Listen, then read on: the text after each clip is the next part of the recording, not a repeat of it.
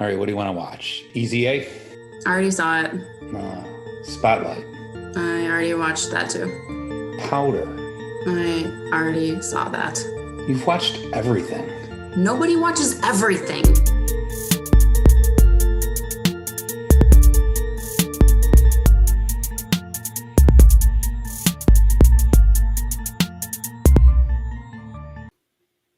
I gotta say, not since back to school have I enjoyed a cannonball as much as I enjoyed in this fucking movie. Better than Home Alone 2, better than fucking, this was unbelievable. One of the best that happen. cannonballs I've ever seen in my life. And Yeah.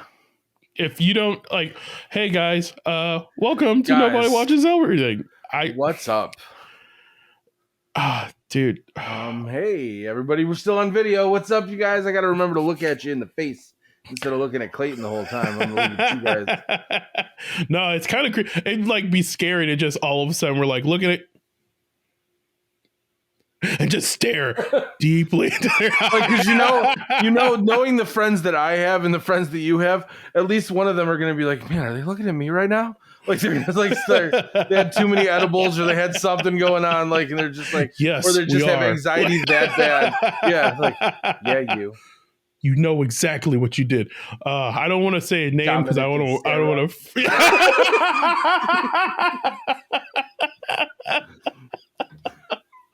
Perfect. Oh, dude. You guys, welcome to Nobody Watches Everything. I'm Rick Matthews. This is my close, fucking beautiful friend, Clayton Williams. Hey, buddy. And this is Nobody Watches Everything. And we need to get right into this because I watched this movie today. I watched it as fresh on the tip of my fucking brain to talk about this movie. And I want to talk about this movie. This movie is incredible. And so we're just going to let Michael do his intro. By the way, last week's intro, fantastic. I'm loving I love seeing his face in these. And now, Michael, you're the best. For real. Thank you so much. And Michael, do your thing, and we'll be right back. When an interdimensional rupture unravels reality, an unlikely hero must channel her newfound powers to fight bizarre and bewildering dangers from the multiverse as the fate of the world hangs in the balance. Everything, everywhere, all at once. Every new discovery is just a reminder. We're all small and stupid. Fuck yeah. All right. Everybody. Everywhere, all at once. Everything, everywhere, all at once. Probably my favorite movie of the year. Hands down. 100% the best movie I've watched on this podcast. Yeah. To talk about on this podcast. It's the best thing I've seen all year. It's, you guys, if you haven't seen this movie yet, it's been out for like a year maybe now. I don't know. How long has it been out for? I think it came out earlier the beginning of the year or something like that. Okay. Close to that. It's so fucking good. It's brilliant. It is brilliantly written. If this movie doesn't win a shitload of did this movie win Oscars? No, because I don't know if it it will be eligible. It wasn't eligible for the Will Smith Oscars. It wasn't. So yeah. All right, because fucking if this movie doesn't win a bunch of Oscars, it's just because there are a bunch of assholes who are voting on this because this is the most original movie I've seen in a long time. It's so original. It's so fucking funny. It's so emotionally heartbreaking. It's emotionally heartbreaking, and it's the funniest and saddest movie I've seen at the same time. It's unbelievable. It's crazy to have tears back to back from laughing and from just holy shit, that's the heartbreaking involved, and just I gave the movie a bunch of looks what are they fucking doing? And then it just ended up making sense. And even when it didn't make sense, it was just fucking great. Yeah. The return of fucking Ki Huy Kwan, in my life. Like, where the fuck has this guy been? Because he's incredible. Yeah. Where the fuck, if you guys don't know, Ki Huy Kwan, he was Data in the Goonies, and he was Short fucking round. Short Round in like Temple of Doom. Yeah. You guys, he's so fucking good in this movie. Like Michelle Michelle Yeoh. Michelle Yeoh is amazing. Like Michelle Yeoh is amazing. But fucking he just like if he doesn't at least get a best supporting actor nom for this fucking movie.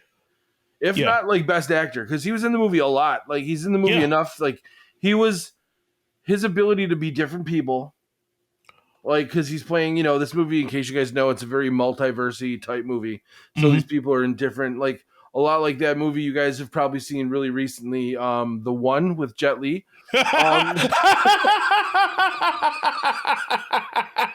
It's basically the same premise as The One with Jet Li. But, Oh my god. Oh my god. It is true. She gets to see and experience the lives of her other the multiverse or other versions of herself. Yeah, from different there's directions. a multiverse. There is a big bad villain that essentially she caused, and she has to fight. And one, fucking hats off to just having such a great idea for a multiverse movie. Like this is the year of this is like the last 2 years have been like the time of the multiverse movie. And this is hands down the best one.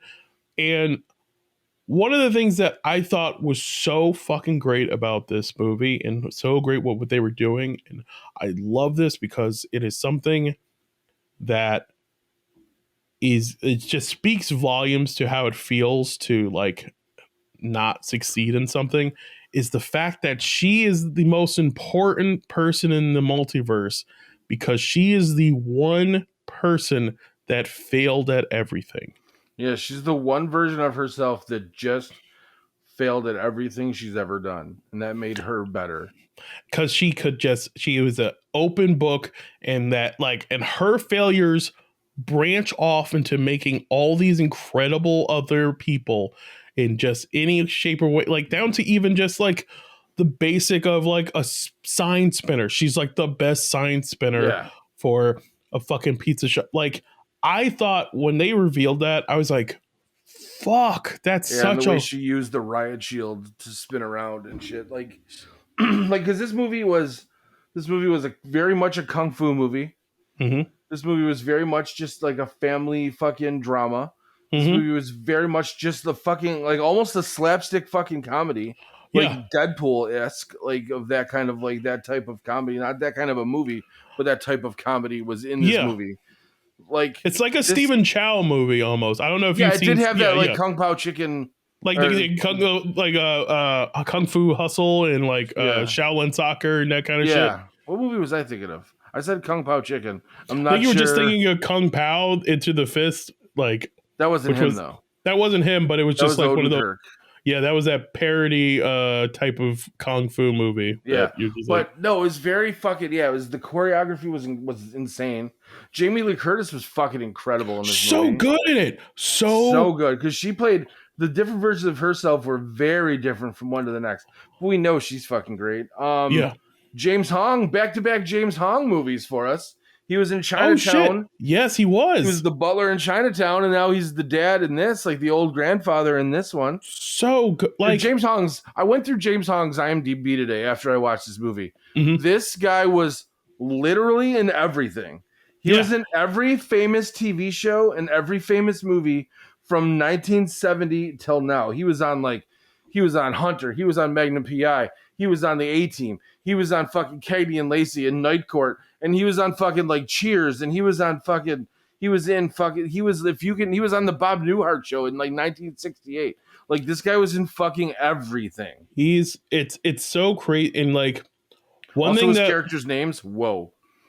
Yeah. His character name, dude. I was thinking. So one thing I thought about in this movie, and I think I'm so appreciative of watching like a movie like this where you have like Asian actors getting to shine and be like, really like fucking I can't remember, how do you pronounce his name again? James Hong. No, not James Hong. No, guy who played Data. K.Y. Kwan. Yeah, K.Y. Kwan. K.Y. Kwan like he gets to be like a hunk at one, like Yeah, in he's the like- in. They call him in- Jonathan K. Kwan, like Jonathan K. Kwan and fucking Mhm. like also known. So you can go with But- that one if you want to. But yeah, KY Kwan, I want to respect him because the man like put some respect on his name. But I'm like, it's so wild to see like him and then James Hong. Like one, these are Listen, like both American actors who have had to have like careers of being like He's coming just- back too. He's going to be on Loki all season. He's hell going to yeah, be on the new dude. season of Loki. I'm so Before glad that this is bringing him back. Like He was in a movie in 2002. Then he was in a movie in 2021. And then he did Everything Everywhere All at Once. So this guy was fucking on like a fucking 20-year fucking break from film. And then he just came in. And he, like him and fucking... fucking, now I'm blanking just because I'm trying to fucking think of things all at once. Him and Michelle Yeoh, if they're not at least nominated, like there's fucking they're so good in this. like they're man, this movie's ability to like we already said it, but this movie's ability to fucking charge me up like with comedy and then with emotion, like literally from in the same scene. Yeah, this movie has some of the funniest, most like what the fuck did I just see moments. They made now we got to put like a bumper in front of this order because this is a pretty new movie, so I feel bad talking about the movie. So you guys like from this point on, we've gotten like not very spoilery from this point on, but you guys like see this movie because we're about to talk about it, and like it's not like there's like a crazy twist. It's not that kind of a movie, but you're gonna have things ruined for you that because I didn't hear anything about this movie other than that it was amazing. Yeah. That's my favorite part. Was like nothing got out. I love that nothing got because the surprises are so surprising, and I'm like, so yeah. Please know right now, from here on out, we're spoiling stuff. So please watch this fucking movie. I don't know why you're listening to this podcast without watching the movie in the first place. Stop it right now. I'm talking to you. But we're gonna spoil some shit because go. I was emotionally invested in one of the multiverses where the people have hot dogs for fingers. Oh my god, yeah. That was one of the sweetest romances. It's troubled romances I've ever seen. And they have not long fingers as if they were hot dogs. Their fingers were hot dogs. Hot dogs. I love that they established that in the fight between the two apes in like 1000 BC or 10,000 BC, the one with hot dog fingers won, and that's how people evolved into hot dog fingers. And that was just based off of her having an idea about something, which she was like the linchpin for all these like different universes. Yeah, I think it's so crazy that one. I love that in order to jump into another person's body, you have to do such a random thing that you wouldn't normally do. And I love that idea of like, that's the algorithm of like you stepping off the beaten path is the linchpin to connect you to something that you didn't know. Like when it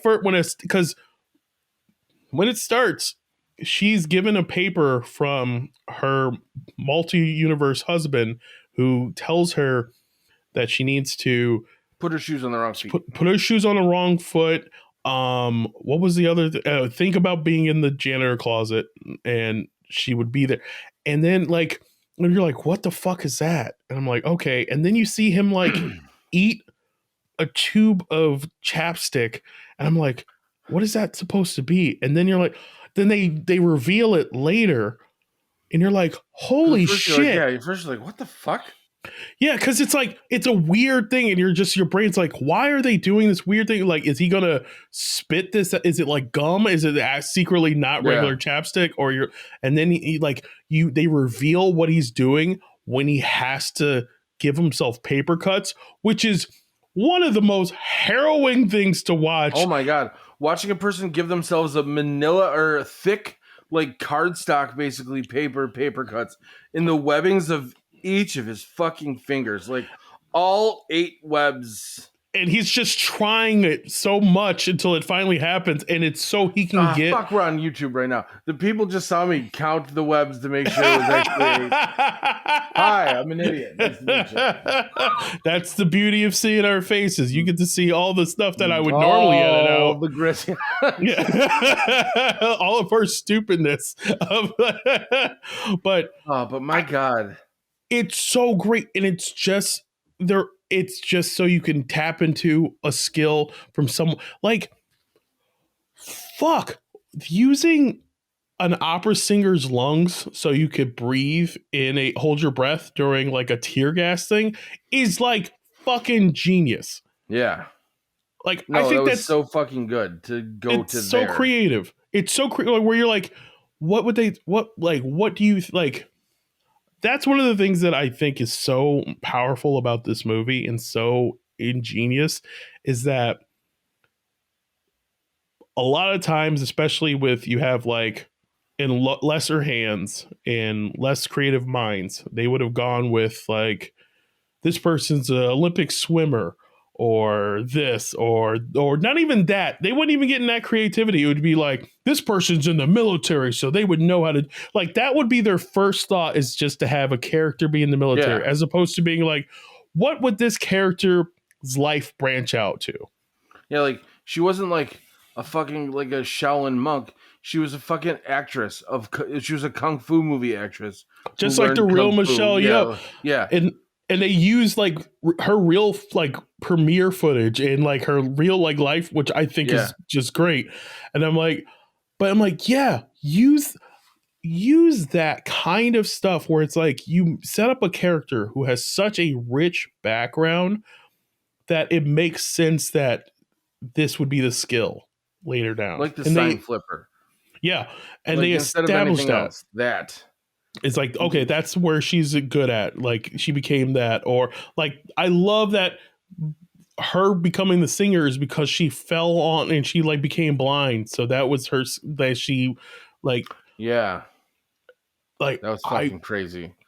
The fucking her, just Michelle Yeoh as an actress in this movie, like her ability to just shift between like, not even like the different multiverse versions of her, but watching her growth, because this happens in like a 12-hour fucking span, this whole movie, watching her growth as the main character, like just that character's growth from being just like a, you know, just like kind of just like blowing everybody off, like kind of being an asshole. Like, right. She's not like a mean person, but she's just like fucking like, she's dismissive of her husband. She's dismissive of her daughter. She's all just worried about her business. Because she's being, like sloppy, disorganized, kind of just like head in the clouds. Because she's so unhappy about life. And it's one of these wild things where like you see how her husband loves her so much.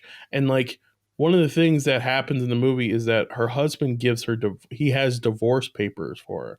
And the reason why he has divorce papers is not even that he wants to be divorced. It's that he wants there to be a reason why they talk to each other. Yeah. So that they can make things better. Like, and he's divorcing her not because he's unhappy. He's divorcing her because she's unhappy. Yeah. That like here, maybe this will make your life better if like I'm not there. Yeah.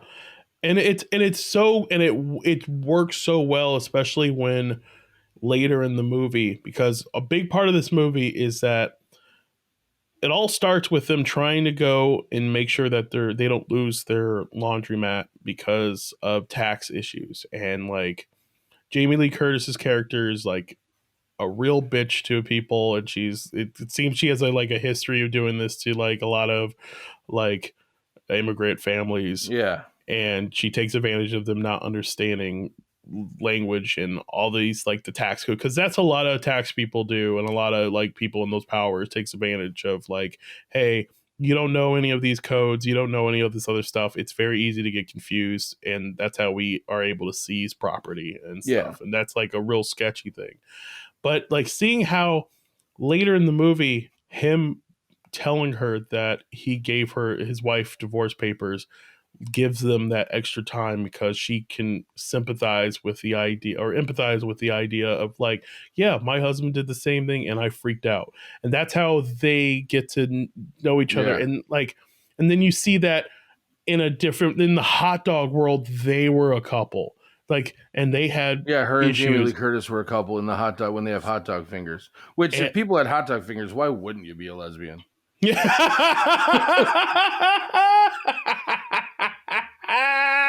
Like who needs a dick when you can just be with a lady that can fucking jam your bits? The longest hot, and these aren't like regular. They're not. These are fucking they're not little Oscar Mayer hot dogs. These are foot long sailings, you Buffalo folk. They're wild, and I love that there's like a part, even though it's so funny, but it's still so touching. Is that like because they can't use their fingers, they're good with their feet, and it's a hilarious sight gag, but it also happens at they also show it at a time when it's still heartbreaking. She's like wiping tears from her eyes because they're like realizing they might be falling out of love. Yeah.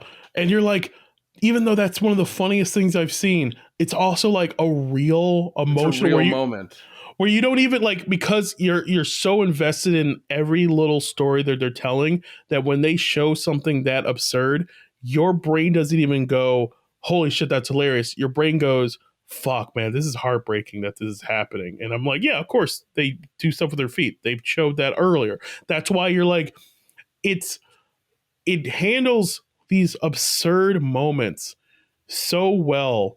And in it, or like when she has the huge muscle on her pinky from doing pinky push-ups, all of a sudden she flexes her little pinky and like this bicep bulges out of it.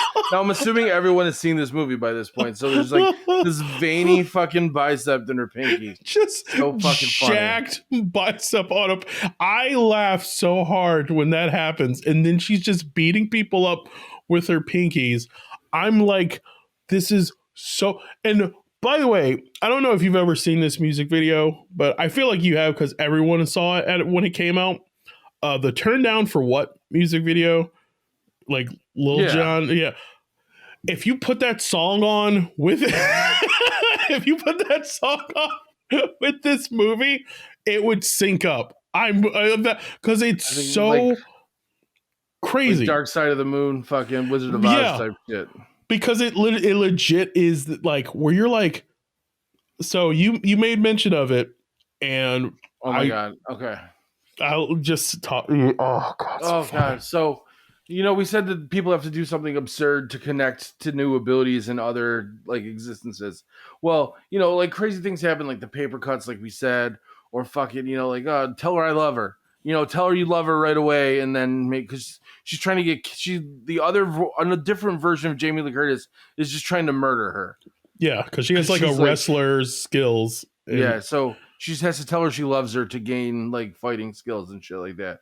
So people have to do something absurd in order to do that. So she's getting in this fight with this one guy, and Jamie Lee Curtis, as an auditor, has won a bunch of awards, and they all look like butt plugs. Mm-hmm. So at one point, she's fighting one of the other people. She has to fight like a shitload of people. Yeah, and just a person that works in the building. Yeah. And this guy realizes that he's part of the thing too, where he can access other things. So he sees that butt plug, and you know what he's going to have to do. Like, so she's like stopping him from doing it, and it's not happening. So while she's fighting with him, they cut to this fucking slow motion fucking scene of this fucking Asian security guy who's a security guard in the building. He comes in and they have his genitals blurred out, but he just leaps onto the fucking screen with his fucking genitals blurred, but he's just wearing a button-up shirt with no pants, and he's in like Cannonball. His legs are up. He's leaping through the air, and you know what's gonna fucking happen. Like, and he just fucking cannonballs asshole first onto this fucking award so he can get another fucking ability. And I'm fucking I'm dying. I'm by myself at like fucking 11 a.m. in my living room, just fucking laughing, like just cackling to myself. And then all of a sudden the guy she was fighting comes into frame, and he has shoved this other way bigger award. His pants are ripped open, and it's just in there. And while she's fighting the two of them, they have these things hanging out. They're both these awards are swinging out. And then she does this like crazy, very like speaking of Michelle Yeoh, like very fucking like Crouching Tiger, Hidden Dragon, where she like spins in between them in midair and she just grabs both of the awards and like pulls them out. I was laughing in tears, fucking stomach cramp, like fucking laughing. I texted you about it because I knew you watched it right before I did. So I texted you. I'm like, that part just happened. Like we had a text conversation about it. I laughed so hard. Like it's one of those like true. Like I haven't had a good true belly laugh from like a comedy movie trying to make me laugh in a while. Because they don't make comedies anymore, unfortunately. They don't. Even when they say they do, they don't. They're not good. No. But this was so genuinely like, and beyond it just being like the absurdity of that part, everything surrounding it. There are all these like amazing moments. When there's like 20 people about to fight and all of them do something ridiculous at the same time. Mm-hmm. Like one person, like one guy's like humping a lamp in the background, and like someone else is like picking both their nose. Like that guy in the background humping the lamp. Yeah. When they it's so brief in the background, but you just see this one dude just fucking a lamp. Hey everyone, I forgot you're watching again. But like fucking it was so fucking funny and so well done and so fucking like well thought of. I mean, this is the same dude that wrote fucking like what was it, Swiss Army Man? Yeah, like so he's got some fucking ideas.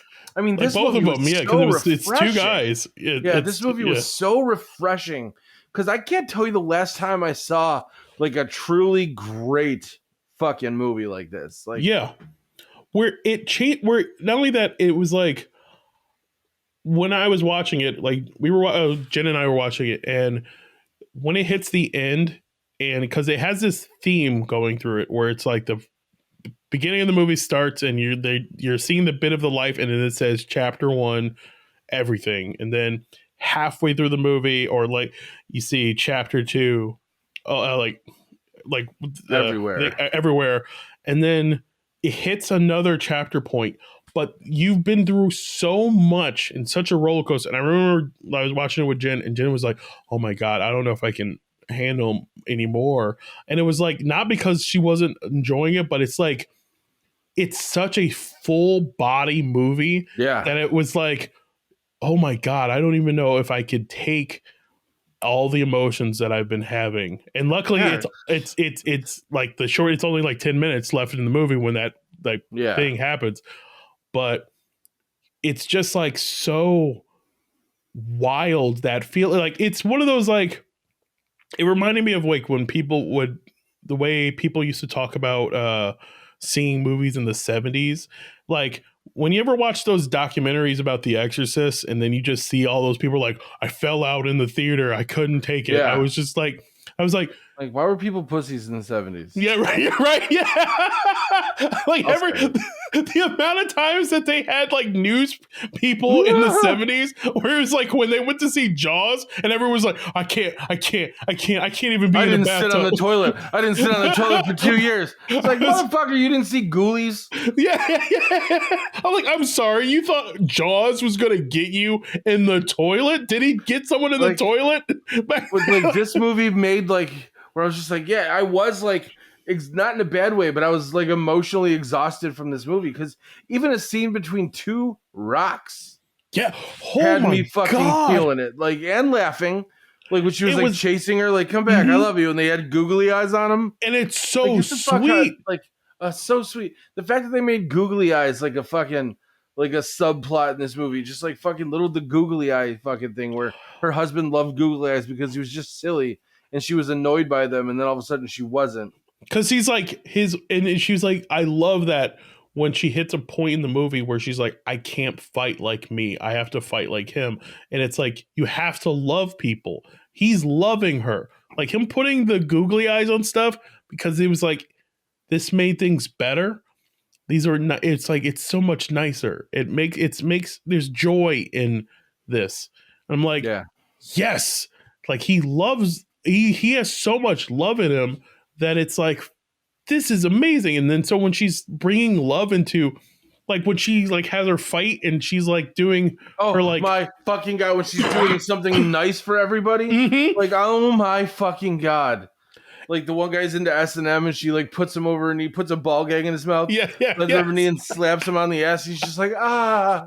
and And what else did she that do? She did a bunch of shit. It was so funny. all I right. wish I could have wrote it all down. Oh, I have to bring it up because it's one of the funniest setups and payoffs is when they're in that office before she finds out about the S&M stuff, and that's how they realize that there's a back wall.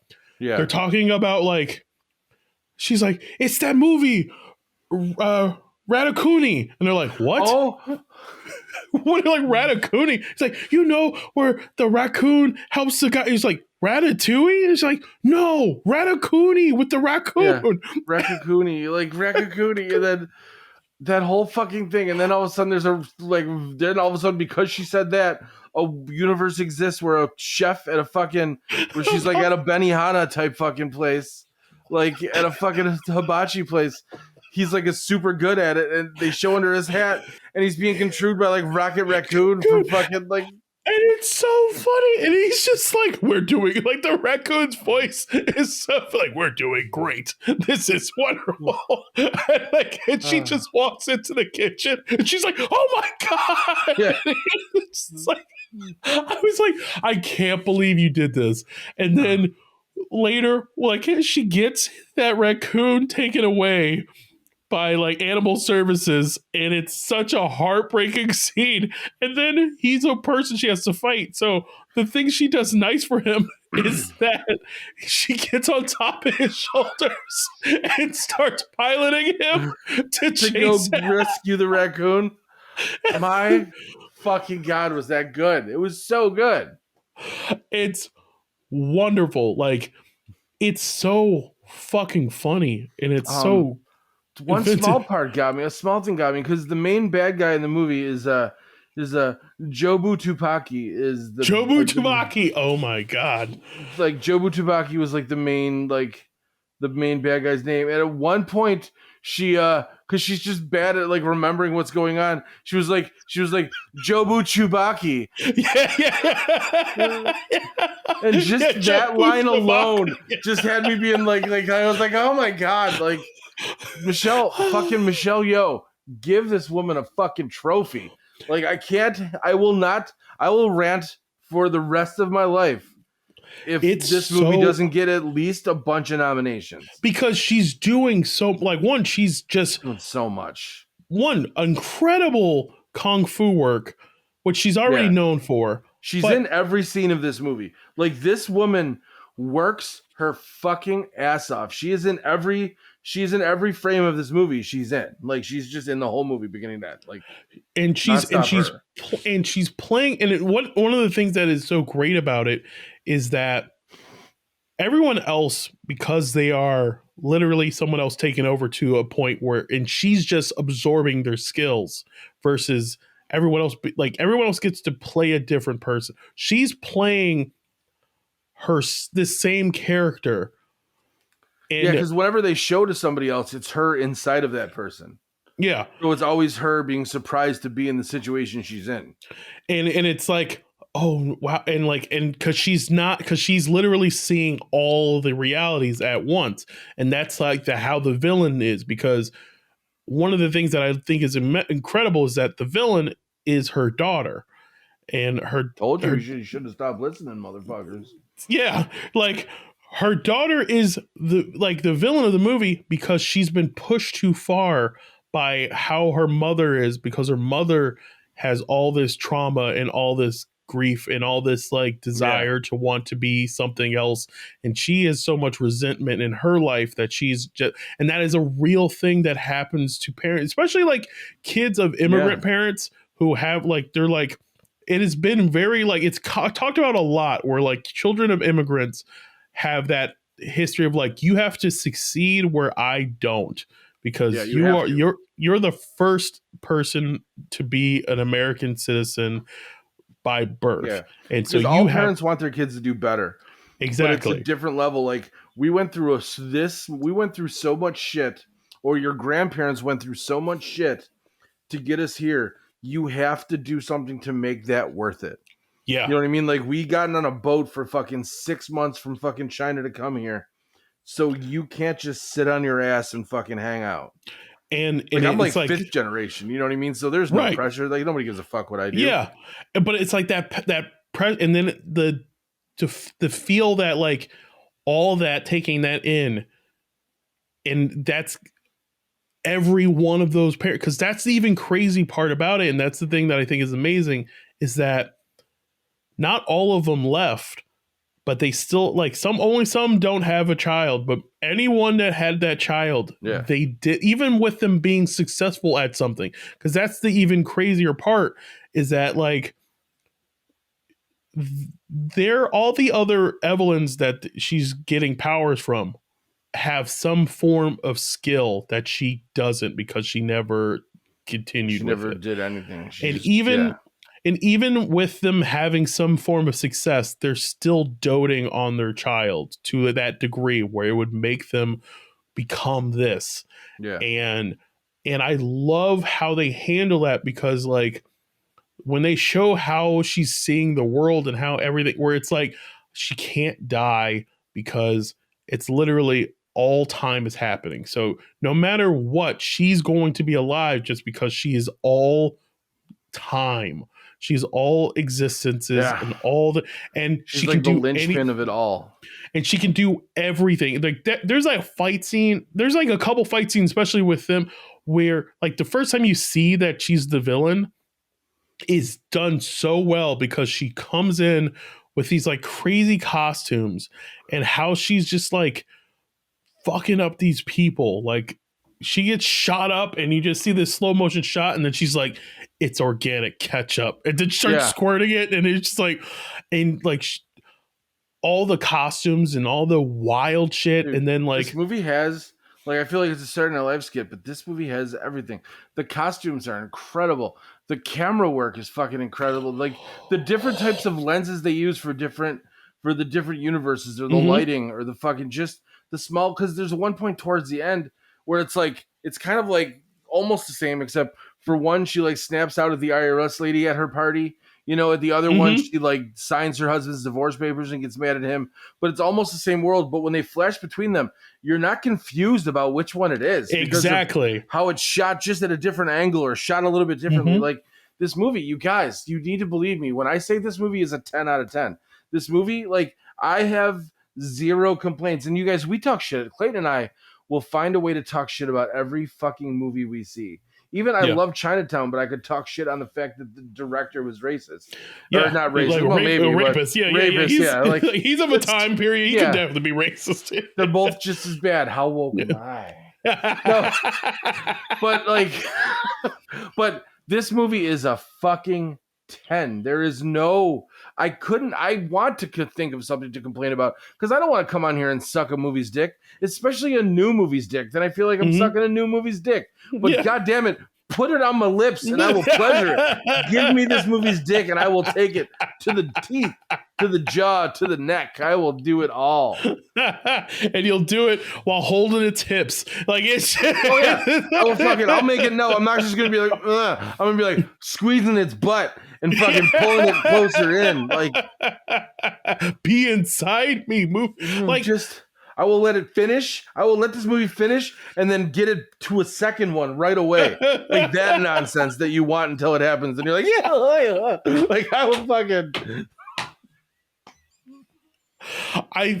I just, like, I forgot I was on camera again until you guys know what I would look like pulling a dick into me from the front. A movie's dick into your mouth. It's a movie's dick. It's nobody's dick but this film's collective dick. But so it's 10. It is a 10. It's a 10. A fucking Billy 10. Bob 10. Oh, it's because that ending, like, one of the things is, like, they're having fight throughout all the worlds, and when they cut to, like, certain things, like one of the worlds, they're just pinatas. They're just pinatas, and like they're hanging next to each other on a tree, being hit by kids, and they're like still, but they're having a fight as pinatas, even though they're not moving. Yeah. That's still part of the fight. And it's like, this is incredible. Like the idea that I love that how the movie resolves is her having to be honest and her having to not, like, it doesn't have that, like, it's a beautiful, sweet ending that isn't hokey.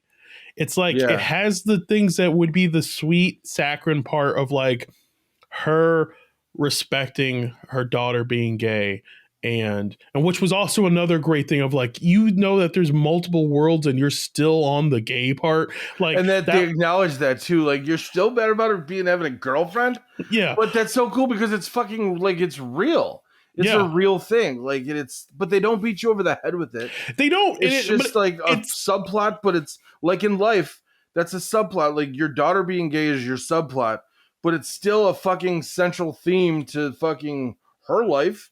It's still Yeah. a central theme, but it's not like a horn in the face. It's just a and fucking part of it. there is a Onion post that came out recently, and like that I thought was so genius, and it kind of plays into that idea of this, where it's a man living on a dying earth still upset about the color of different people. And I was like, yeah. Yeah. I'm like we are living in this wild thing where it was like, you can be on VR, you can like we've literally seen some of the craziest things we would ever imagine in life on this planet. Like, we've gotten to see like things we would never understand, and there are still people hung up on such bullshit things. And I love that in the ending of this movie, it's still that truth about her being, because she's like, even like she, like, her daughter's like, why do you want to do this? It's like, because about no matter how bad this is, I still want to be right here. Like, yeah. I mean, how many fights have you gotten into where it was like, whether it's like a spouse or like a mom or something, where it almost comes to the end of the relationship before you both can finally speak your truths and Yeah. fucking fix it. Like, in this movie, got that. Like, when like her daughter was like, she like poured her heart out to her daughter, and her daughter was just like, I don't give a fuck, and she just walked away. it's And so I was like, good. yeah, because it's not like you just poured your heart out, but that's not what she wanted at the moment. And then they have like another one, and that's like the blowout argument.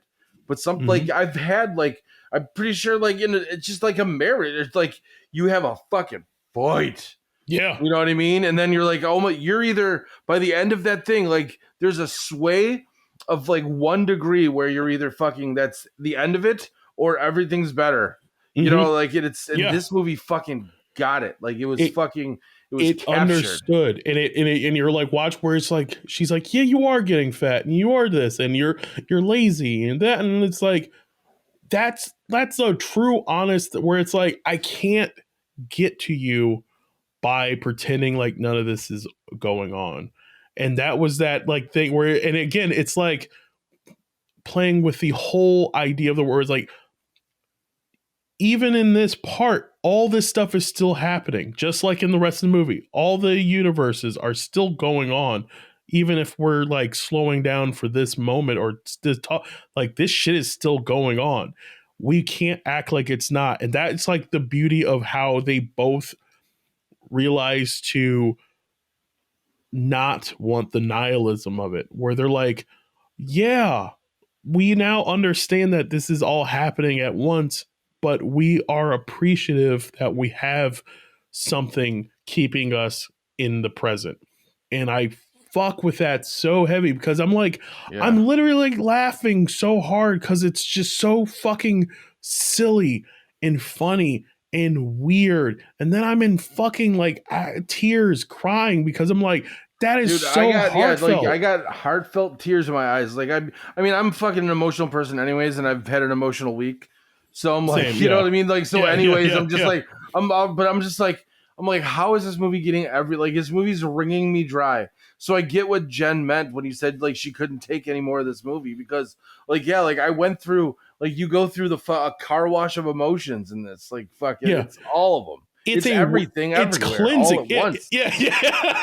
It's like one, like I love that this movie is such a cleanse. Like it's one of those like I remember like when I watched it, we watched it and then went to bed and I slept so well and I hadn't been sleeping well throughout and I was just like, "Oh my fuck, this did it. This literally did it for me right now." I'm like, I'm at peace right now." Like it and it sounds like I'm being hyperbolic, but I'm like, it's one of these things where it's like, if you're paying attention, if you're really watching it, if you're just seeing the beauty of this movie, you're getting to have these feelings and your brain is getting rewarded with all these things where you're like, fuck, that happened in it. Oh my God, they did this. Oh my God, I came here. Oh my God, you take advantage of this. Oh my, like, holy shit, these fight scenes are incredible. Holy shit, this comedy is so fucking good. Holy shit, this just looks really cool. All these like experiences, all this like, it's this kind of like pure madness, happiness, wildness. Dude, and to it's see when Jenny Slate and her fucking dog, when dude, she was fighting with her fucking dog, I laughing so hard. I laugh so hard. One, That Jenny Slate's fucking incredible all the time. Like I fucking love Jenny. I love Slate. Jenny Slate. Jenny Slate is so great. She's a gem. She's a gem forever and always. I love Jenny Slate. Like from the beginning, since the first time I ever saw her, I love her. Not like I have a crush on Jenny Slate. She's fucking so funny. Her timing, her character abilities, her voice, like everything about her is incredible. But she has that fight where she's fucking using her little dog as a weapon, like a fucking like a kung fu, like one of those balls on the fucking like kicks it, and then it goes flying through the fucking office. And fucking, oh my God. It gets caught in the freezer. And because it's like watching Kung Fu movies, like they have two things they do that with. It's like, it's her husband's fanny pack, and then it's that dog. And it's like, it makes sense when you're watching with the fanny pack because he's like, even puts like rocks in it so it can have more weight. Harder. But then when when you see her holding that dog and then you see her shift and you're like, you immediately know what's about to happen. And then you see her just drop that dog. And they take it farther. And then they take it farther. And then when she cuts the fucking leash and the dog just goes flying across the office. Oh my God, was I laughing? That was another part. I've been trying to think this whole time what other part like fucking cackled me, and that was it. That fucking Jenny Slate and that dog. That dog, I was like, I can't believe I just watched that dog. I cannot believe that was oh fuck. It's so funny. It's so funny and it's so well done. And I can't even like, that's the hardest part about it. It's like, even though with us spoiling stuff. Did you stuff, know that these guys directed the Turn Down for What video? Did they really? Yeah, I just saw that on fucking. Then that makes sense. It makes because here's the thing. It just blew my mind that you made that. I was like, oh, he must have read that. If you didn't read that, holy shit. I didn't. So that's what makes it even. Holy shit, that even makes more sense because like the woman in the movie that they're watching at the laundromat, that Bollywood movie that they have in the background, which is also very well done. She's in the Turn Down for What music video. So that makes sense. Full circle. Because if anything, because that was going to be my one thing. If I had any negative, it was like, I think this movie's incredible, but its style could be derivative of that music video. They jacked their own fucking swag. But the fact that they made that video, it's like, oh, because that's them. Of course. Their style. That's their style. So it's like, fuck it. It's even better. Because like, I'm like, God damn, that's awesome. That's awesome. Fucking awesome. Like, I love when people do. And this definitely feels like that was their training camp for this movie. It's like, all right, we're working out the things we're going to do. We're going to have people put their butts in people's faces through walls. And it's going to be like, like the way they handle like Jamie Lee. We got to talk about like Jamie Lee Curtis in this movie. Always talk about her. Jamie Lee Curtis. I've gone through like I have a crush on young Jamie Lee Curtis, and then like older Jamie Lee Curtis. Like I might still have a crush on her, but I just love her now. Like Like the new Halloween was shit, but like in general, Yeah, the like, most new. Yeah. it's not her fault. She's just in the movie. But Yeah. Jamie Lee Curtis in general, she's fucking like I'm a big New Girl fan, and whenever she was on the New Girl, she was fucking amazing. Mm-hmm. Yeah, she's just like she's so fun and so she's doing such a great like different character for herself, and then just the physicality of like the character. Like there's that part when she turns into the wrestler and like she has this big pouch of a stomach that they put on her, and then like there's just a part where she just like sucks it up, stands straight. She's just huge. Yeah, and you're like, holy shit! Like she wasn't afraid to do whatever they asked her to do. Like she was fucking. She's like, yeah, you want me to fucking have like sausage or hot dog fingers in my face and just like ketchup and mustard and shit like that? Like, she's just fine with it. Like fucking, that's just like everyone was signed. Everyone was in for this movie. Yeah, like, she was fucking. She was so good. Like everyone was so good. Like everyone's fucking outstanding in it. I couldn't think of fucking anybody who was bad. Anything that was bad. Like this movie was so friggin' good. But I just Randy Newman was the voice of Raccoonie. Oh fuck! I did learn that. Isn't that insane? That they were just like, let's get Randy Newman to be the voice of Raccoonie, and it also makes even more sense because he's like the voice of Pixar. Like he did all the songs for Big. So it's like it makes sense. All those Pixar songs. Son of a bitch. She fucking genius. God damn, great job, Daniels. Like it's way to go, the Daniels. Like you guys did a good job.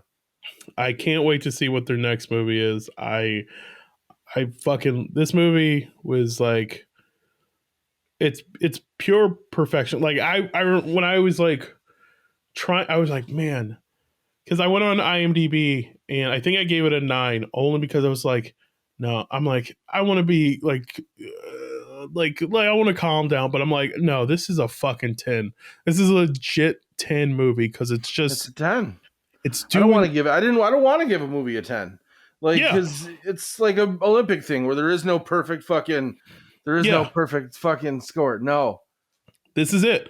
Perfect. It gets a perfect, and there's obviously there are movies where it's like I consider a perfect movie a movie that's doing exactly what it was set out to do, and it does it right on the fucking money. Yeah, it's not too self-indulgent. This movie wasn't afraid to take. I mean, it wasn't afraid to take. How many other movies are you gonna like cry because of an emotional connection with the movie? Because like the mother-daughter, or just like the mother, like having a weird relationship with your mom is addressed in this movie, and just having a weird relationship with your dad's addressed in this movie. So like, you get like emotional about that. But then there's a guy that cannonballs asshole first onto a fucking trophy. Like how the fuck can that happen? How can somebody's mind come up with that idea? And like it is so fucking good. Like these two guys. And it's a two guys. I can't wait. They've only made a couple movies. Like I am like obsessed with whatever they put out next. Like fucking theaters day one. Like I am like I haven't seen Swiss Army Man. I haven't either, but I heard it's fun. I heard it's a good maybe might be a future movie. What do you mean? I was just getting sexy time. I thought it was sexy time for the people. That was my special connection with our audience, our viewing audience now. The ones that we're looking directly at. Yeah. Yeah, it's my sexy tongue. Prepping up for this movie's dick.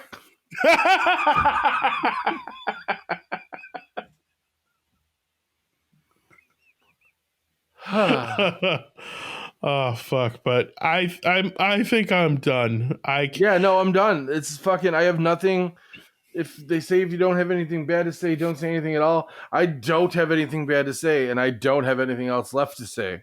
Yeah, I can't suggest this movie enough. Like, and I feel as if even if you haven't seen this movie and you watched it the whole way, or you listened to this podcast the whole way, we didn't ruin that much. Like, just fucking see this movie because there's so much.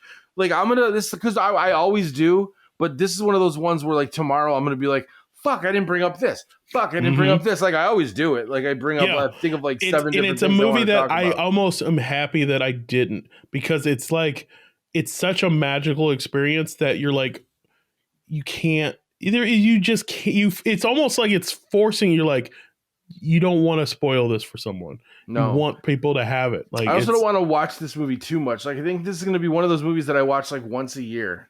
Yeah. Oh, for like for not like, sure. I don't want to kill it. I don't want to overkill it, because there's certain movies that like you watch them too many times. Like I thought, like I used to think Requiem for a Dream was a perfect movie.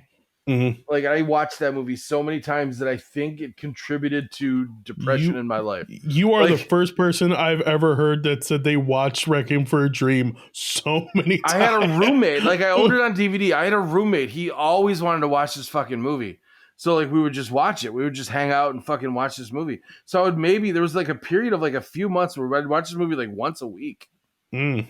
And yeah, that's like, not no, it was such a good movie, but I don't like it anymore. It's a great movie, but it is not a once a week movie. I don't like it too anymore. much. I haven't watched it since. I've seen it maybe 3 times in my life. Be too many.